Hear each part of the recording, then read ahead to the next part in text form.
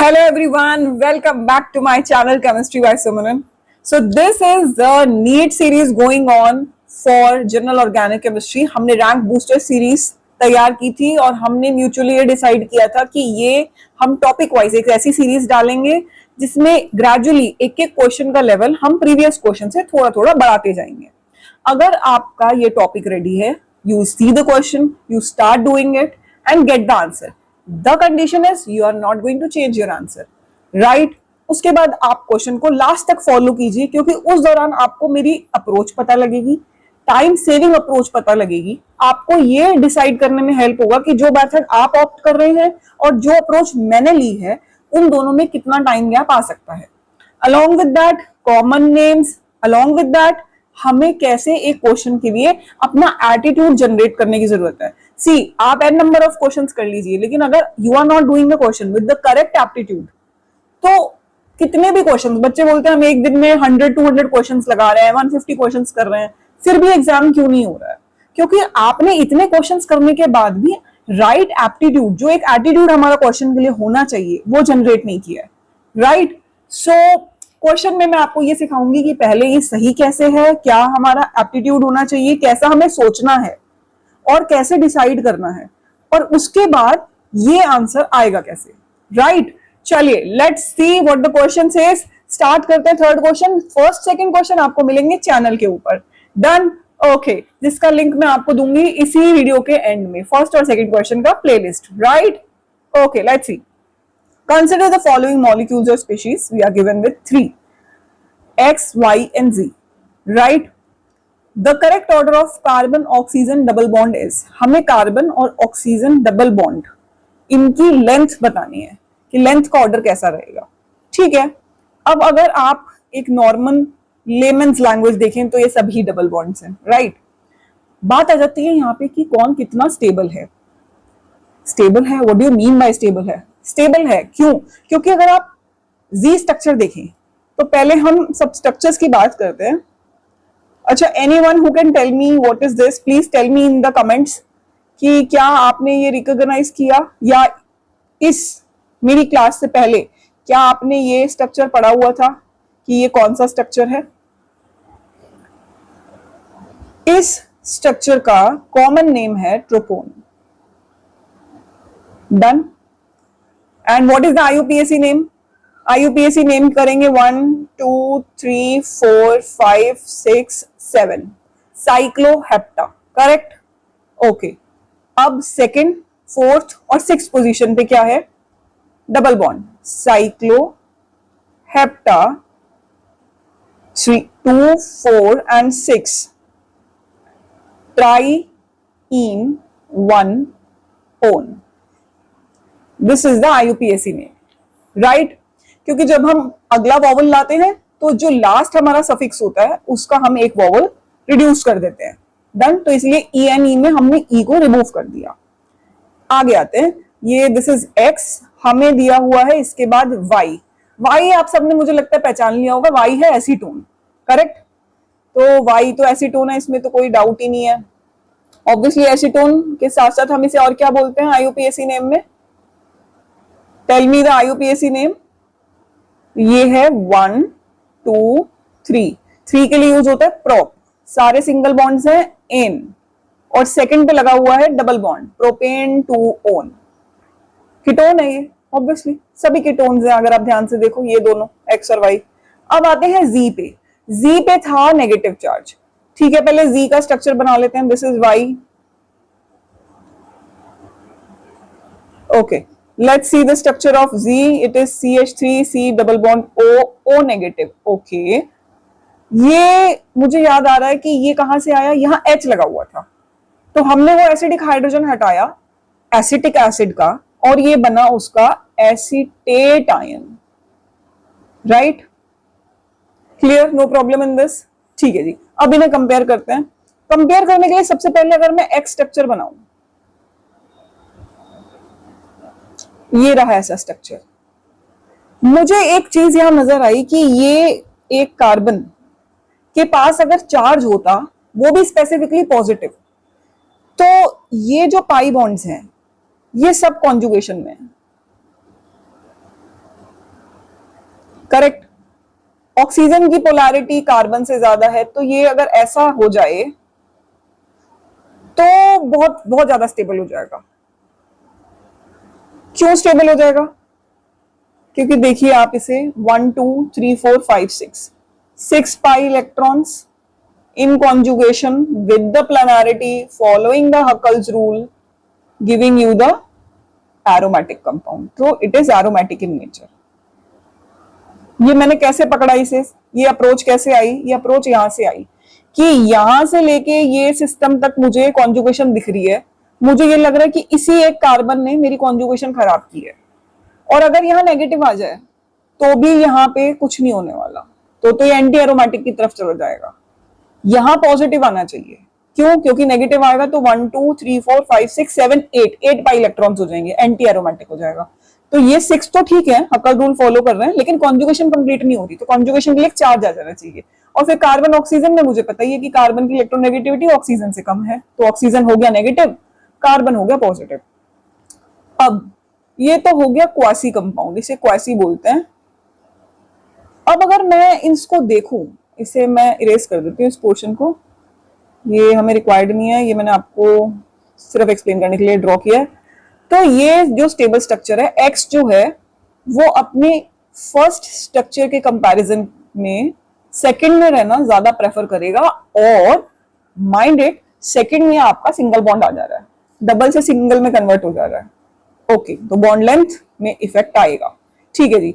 Acetone, acetone में तो कुछ नहीं हो रहा, कहीं से कुछ नहीं है, कोई कॉन्जुगेशन नहीं है, कुछ नहीं है, तो ये तो सिंपल बाई। ये क्या है? ये हमें प्योर डबल बॉन्ड रहने वाला है, कुछ नहीं है इसमें, ना कोई रेजोनेंस है, कोई ऐसी बात नहीं है जो हमारा बॉन्ड ऑर्डर घटा सके। ठीक है जी। अब क्या है? अब आते हैं वाई पे। वाई हो गया, सॉरी, अब हम आ रहे हैं जी पे। ठीक है जी। अच्छा, स्कूल में देखा था, स्कूल में हमें जेड बोलना सिखाया था, जेड, रियली? चलिए लेट्स सी, ये तो कॉन्जुगेशन आ गई, तो अगर हम इसे ड्रॉ कर लें तो ये ऐसा बन जाएगा। So what is this? This is partial double bond character. ये सुना होगा ना वर्ड आपने, पार्शियल डबल बॉन्ड कैरेक्टर। क्यों आ रहा है पार्शियल डबल बॉन्ड कैरेक्टर? क्योंकि कॉन्जुगेशन है ना। तो ये हमें हाइब्रिड कैसा मिलेगा इसका? जी का, जी का हाइब्रिड हमें मिलेगा ऐसा, CH3CO, और ये नेगेटिव चार्ज पूरे में डिस्पर्स है यहाँ पे। तो ये क्या है? ये इसका जो बॉन्ड ऑर्डर है वो 1 से तो बड़ा है, करेक्ट? सिंगल बॉन्ड तो नहीं है, 1 से तो बड़ा है, पर 2 भी नहीं है, पूरा 2 से छोटा है। अगर यहां आए तो यहां बॉन्ड ऑर्डर कितना है? यहां बॉन्ड ऑर्डर है 2, और अगर इसमें आए तो इसका बॉन्ड ऑर्डर आया था ऑलमोस्ट 1। अच्छा, अगर आप एक्सपेरिमेंटली देखेंगे ना तो ये भी बॉन्ड ऑर्डर जो आएगा ये 1.2 के अराउंड आता है, 1.2। ठीक है जी। चलिए मैं मान लेती हूँ आपको नहीं पता ये बात, 1.2 है ना, एक्सपेरिमेंटल बात तो मुझे पेपर में नहीं पता है, तो मैं क्वेश्चन में कैसे करूंगी? क्वेश्चन में ऐसे करेंगे कि यहाँ पे ये एरोमेटिक होने की वजह से स्टेबल हो गया, जिस वजह से बॉन्ड ऑर्डर जो है वो 1 से बड़ा है, इट इज ग्रेटर देन 1, और 2 से छोटा है, और 2 से बहुत छोटा है, क्योंकि वो रहना किसमें पसंद कर रहा है? इसमें, सेकंड स्ट्रक्चर में, rather then first structure. Done. तो अब आते हैं बॉन्ड ऑर्डर लगाते हैं पहले। बॉन्ड ऑर्डर में सबसे ज्यादा बॉन्ड ऑर्डर है वाई का। बॉन्ड ऑर्डर कितना आया था एसीटोन का? 2। उससे थोड़ा सा कम बॉन्ड ऑर्डर है जी का, एसिटिक एसिड का, जिसका आया था approximately 1.5, correct? Half half. And फिर लास्ट आया एक्स, जिसका हमने कहा कि बहुत ही अप्रोक्सीमेटली इक्वल टू 1 ही हो जा रहा है, करेक्ट? अब आते हैं नेक्स्ट, बॉन्ड ऑर्डर का नहीं लगाना है हमको ऑर्डर, हमको ऑर्डर चाहिए बॉन्ड लेंथ। तो what are we going to do? Bond order is directly or inversely proportional, inversely proportional to bond length. Bond order बढ़ेगा, बॉन्ड लेंथ घटेगी। ये मैम ये ना याद नहीं रहता, इसमें ना बड़ा कंफ्यूजन होता है। आप ना एक ऐसा इमेजिन करो, एक थ्रेड है, एक इमेजिनरी थ्रेड समझो मेरे हाथ में, इसको मैंने ऐसा डबल कर दिया। अब जैसे ये एक 1 मीटर का था, 1 मीटर के थ्रेड को, मतलब 1 मीटर तो बहुत ज्यादा होता है, लेकिन हम एक ऐसा 10 सेंटीमीटर का थ्रेड लेते हैं, इसको अगर मैंने डबल किया तो ये बीच में 2 थ्रेड हो गए हैं, अब ये डबल हो गया है। लेकिन लेकिन अभी जो ये दोनों फिंगर्स के बीच का डिस्टेंस था ना, ये कितना रह गया पता है? ये रह गया 5 सेंटीमीटर। बॉन्ड ऑर्डर बढ़ा, 2 हो गए अब बीच में थ्रेड्स, लेकिन बॉन्ड लेंथ 10 सेंटीमीटर से डिक्रीज होकर 5 हो गई।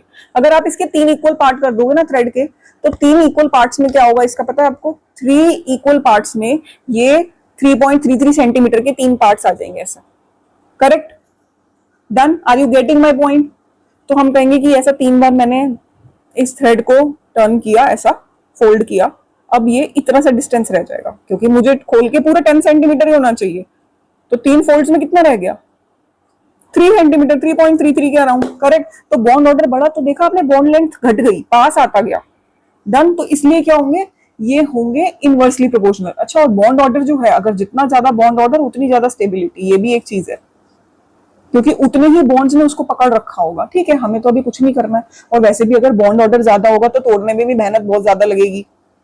करेक्ट? तो क्या होगा? बॉन्ड एनर्जी या बॉन्ड डिसोसिएशन एंथैल्पी वो भी ज्यादा होगी।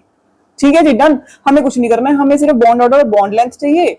बॉन्ड ऑर्डर का हम ऑर्डर लगाए हैं और हमने बॉन्ड लेंथ का ऑर्डर लगाना है। कैसे? इनवर्सली प्रोपोर्शनल है। तो आप क्या करो, देखो, y, z और x ऐसा ही लिखो, लेकिन सिर्फ साइन को रिवर्स कर दो। बच्चे क्या करते हैं, इधर भी x कर देंगे, इधर भी y, z ये सब करेंगे इंटरचेंज, ये सीक्वेंस भी इंटरचेंज करेंगे, x, y, z वाली भी साइन भी इंटरचेंज कर देंगे, वो क्या क्या क्या बन जाता है। डन? तो आपने क्या करना है, मैं देखो मैंने ना वेरिएबल, ये जो x, y, z अल्फाबेट्स है ना, ये मैंने सेम पोजीशंस पे रखे हैं, लेकिन सिर्फ मैंने बीच के साइन को रिवर्स कर दिया है। डन? ऐसा करने से ना आप मिस्टेक से बचोगे। बहुत सिली मिस्टेक्स हैं, पर ये होती हैं एग्जाम में, मैंने ये नोटिस किया है कि ये डाउट आता है, बच्चे को सब पता होता है, लास्ट में पैनिक कर जाता है। डन? तो ये गलती नहीं करनी है आपने। मुझे यहां तक ये समझ में आया कि अगर मुझे ये क्लैरिटी है इस क्वेश्चन में, क्या क्या मुझे पता होना चाहिए?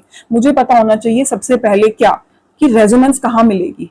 मतलब वापस आते हैं क्वेश्चन पे, सी स्ट्रक्चर को देखते ही, जो जी था सॉरी, इसको देखते मुझे पता लग गया कि ये तो कॉन्जुगेशन में आ रहा है, तो यहां तो मेरे को पार्शियल डबल बॉन्ड कैरेक्टर मिलेगा। मतलब ये सिंगल बॉन्ड नहीं है एग्जैक्टली, और ये भी एग्जैक्टली डबल बॉन्ड नहीं है, ये डबल से थोड़ा कम है, ये सिंगल से थोड़ा ज्यादा है, इसमें कुछ नहीं है। तो मैं आइडेंटिफाई कर पा रही हूं कि यहाँ पे कोई रेजोनेंस नहीं है, यहाँ पे कुछ नहीं हो रहा जो बॉन्ड ऑर्डर को अफेक्ट कर रहा हो। लेकिन ये भी मुझको ऐसा देखते इतना सा पोर्शन समझ आना चाहिए कि ये पोर्शन में कॉन्जुगेशन तो है, लेकिन यहां अटक रही है। अगर मैं इसको पोलराइज कर लूं बॉन्ड को, तो क्या होगा? तो मुझे मिलेगा एरोमेटिक स्ट्रक्चर। एरोमेटिक तो वैसे ही बहुत ज्यादा स्टेबल होता है, तो इसका मतलब एक्स जो है ना, वो अपनी एरोमेटिक वाली स्टेट में रहना पसंद करेगा, इसमें क्वासी। करेक्ट? मैं ये मान के चल रही हूँ क्वासी आपने इससे पहले नहीं पढ़ा है, मैंने सीधा ये क्वेश्चन ही एग्जाम में देखा, तब मेरी क्या अप्रोच होगी, कैसे सोचूंगी मैं। तो मतलब वो क्वासी में रहना चाह रहा है, वो किस में रहना चाह रहा है? सिंगल बॉन्ड वाले में। सिंगल बॉन्ड तो मतलब इसकी बॉन्ड लेंथ सबसे ज्यादा, वाई की सबसे कम, क्योंकि डबल है, ये तो डबल है तो क्या सबसे कम होगा, बॉन्ड ऑर्डर सबसे ज्यादा, और ये दोनों के बीच में जी वाला, तो एक्स सबसे लॉन्गेस्ट बॉन्ड होगा, जी बीच में आएगा, और वाई सबसे छोटा बॉन्ड होगा। हो गया क्वेश्चन। सो ऐसी ही छोटी छोटी ट्रिक्स के लिए, धीरे धीरे कॉन्फिडेंस डेवलप करने के लिए, please follow my channel chemistry bye सुमिरन। मैं बहुत मेहनत कर रही हूँ आप लोगों के लिए, एक एक क्वेश्चन को सिलेक्ट करने के लिए। जो इतना इजीली आपको दिख रहा है कि एक क्वेश्चन मैं लेके आई हूँ, वो इतना इजीली मेरे लिए फाइंड आउट करना नहीं होता, क्योंकि मैं हर क्वेश्चन को कंपेयर करती हूँ कि अगर आपने पिछला क्वेश्चन अटेम्प्ट किया होगा, समझा होगा, तो अगला क्वेश्चन मैं एक लेवल प्लस करके लूँ आपके साथ।